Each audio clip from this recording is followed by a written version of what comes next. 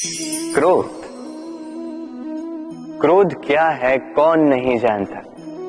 हर आयु, हर वर्ग, हर श्रेणी के व्यक्ति को क्रोध का अनुभव हो चुका है। बल्कि किसी किसी का तो परिचय ही इसी प्रकार दिया जाता है कि व्यक्ति अत्यंत क्रोधी है, इससे तनिक बच के ही रहे। अब क्रोध क्या है हम सभी जानते हैं, किंतु ये क्रोध कर क्या सकता है ये बहुत कम लोग जानते हैं। क्रोध कुछ इस प्रकार है, किसी जलते हुए अंगारे को पकड़ना और किसी और की ओर फेंकना।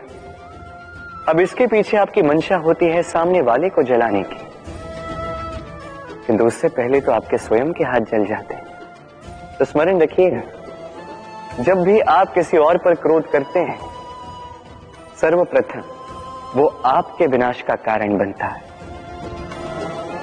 मैं कहता हूं जब इस संसार में करने के लिए प्रेम है तो क्रोध करना ही क्यों। प्रेम कीजिए, यही प्रेम सब में बांटिए और इसी प्रेम के साथ कहेंगे राधे राधे। भय, ये भय सदैव मनुष्य के साथ ही रहता है। कुछ खो देने का भय, जो पा लिया उसे खो देने का भय, अब जिसके हम निकट हैं उसके दूर चले जाने का भय, जो हमारा है हमसे छिन जाने का भय। अब मनुष्य सारा जीवन व्यतीत कर देता है इस भय की छाया में। किंतु क्या कभी आपने ये सोचा है कि ये भय हमें क्यों लगता है? ये भय हमें इसलिए लगता है क्योंकि हम उस व्यक्ति, उस भाव, उस वस्तु को स्वयं से समेट कर रखते हैं। हम स्वयं उसे इतनी शक्ति दे देते हैं कि वो जब चाहे तब हमें छोड़कर जा सकता है, हमें कष्ट पहुंचा सकता है। किंतु यदि हम उस भाव, उस व्यक्ति, उस वस्तु से निर्लिप्त रहें, उसके आकर्षण से हम मुक्त हो जाएं, तो ना ही वो हमें छोड़कर जा सकता है, ना ही हमें कष्ट पहुंचा सकता है। इसलिए स्वतंत्र रहिएगा और सबको स्वतंत्र रखिएगा, प्रेम को भी। राधे राधे। अस्तो मां सत्कमे, तमसो मां ज्योतिर्गमे, मृत्युर्मां मृतम गमय। कभी आपने सोचा है काला रंग ना होता तो क्या श्वेत रंग आपको भाता? रात्रि का अंधकार ना होता तो सूर्य प्रकाश का अर्थ हमें समझ आता? ये थकान ना होती तो क्या विश्राम का अर्थ हम समझ पाते? ये भूख ना होती तो क्या इन स्वादिष्ट व्यंजनों का अर्थ हम समझ पाते? क्या इन सब का आनंद हम ले पाते? स्मरण रखिएगा, इस संसार में कोई भी भाव या वस्तु बुरी नहीं। यदि आप मानते हैं कि बुरी है तो किसी कारण से ये बुराई आवश्यक है, अन्यथा ईश्वर इसे हमारे संसार में रखते ही। इस बुराई का उद्देश्य है हमें अच्छाई का आभास करवाना, ताकि हम अच्छाई में अपना लक्ष्य साध सकें। इसलिए बुरों से कभी घृणा मत कीजिएगा, ये तो केवल भलाई की आवश्यकता के जनक है। उन्हें भले में परिवर्तित कीजिए, असत्य से सत्य की ओर ले जाए, अंधकार से प्रकाश की ओर ले जाए, मृत्यु से अमरत्व की ओर ले जाइए, किंतु प्रेम के पथ से। राधे राधे। अक्सर हमारे पास एक बहाना होता है, एक खींच होती है कि संसार में हम करें तो क्या करें, जो हम करना चाहते हैं वो पहले ही कोई कर चुका है, हमारे पास तो कुछ करने के लिए ही नहीं है। यदि आपको उदाहरण दूं तो इन पूजा की थालियों को देखिए, पहले से ही सब कुछ सज्ज करके रख दिया गया है। अब ऐसे में हम सोचते हैं कि करना क्या शेष है, सब कुछ तो पहले ही हो चुका है। अब यहाँ पे समस्या कर्तव्य में नहीं है, यहाँ समस्या हमारी सोच में है। हम ये सोचने में समय व्यतीत करते हैं कि क्या हो चुका है। हमें ये सोचना चाहिए कि क्या करना अब भी शेष है जिसमें हम अपना योगदान दे सकते हैं।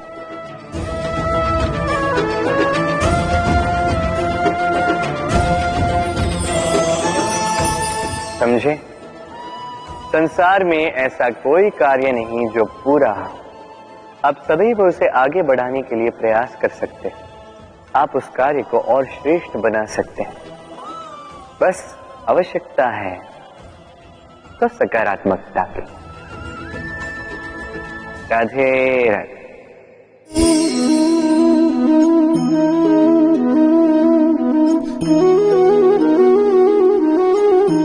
चलिए आज आपसे एक प्रश्न पूछता हूं।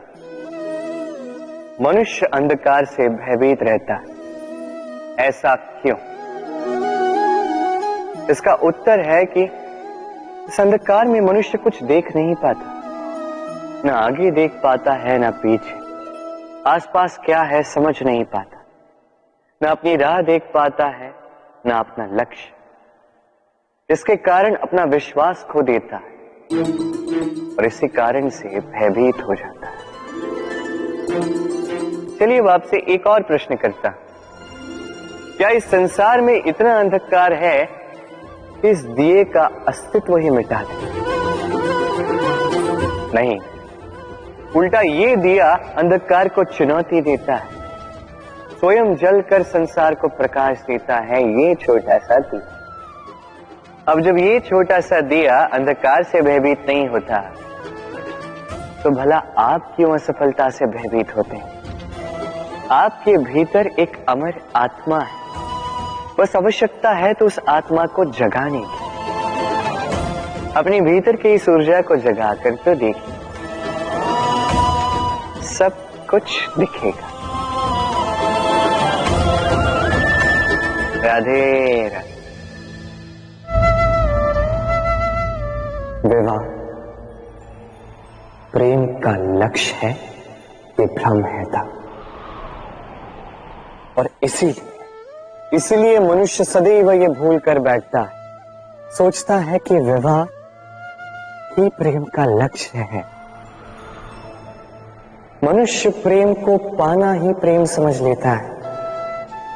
अब देखिए ना, इस संसार में कुछ ऐसे भी भाग्यशाली लोग हैं जिनका विवाह उनके प्रेम के साथ होता है।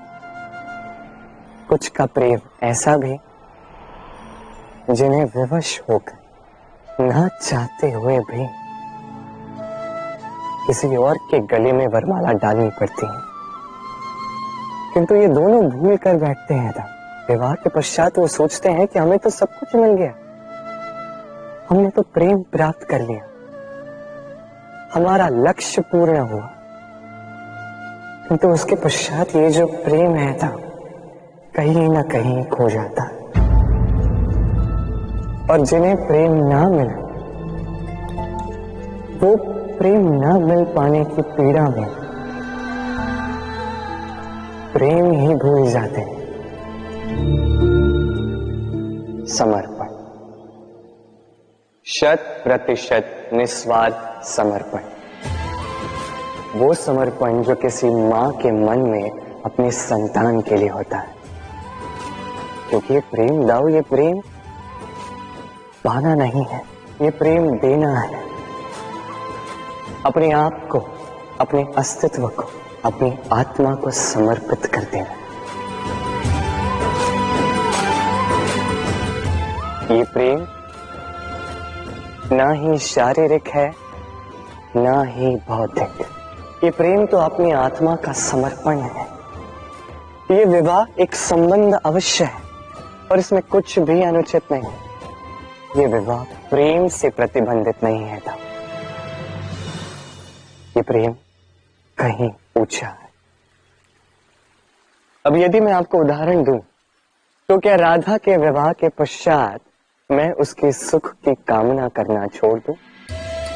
कैसे मैं प्रयास न करूं कि राधा जीवन में सदा सदा के लिए सुखी रहे? क्या मेरे मन में राधा के लिए प्रेम कम हुआ? कृष्ण का राधा के प्रति प्रेम कृष्ण में समाहित है ना। दाऊ, ये प्रेम पाप तब बन जाएगा जब इस प्रेम के बदले हम कुछ चाहेंगे, किंतु यदि ये प्रेम समर्पित हो तो ना ही ये अनीति है, ना ही ये पाप है।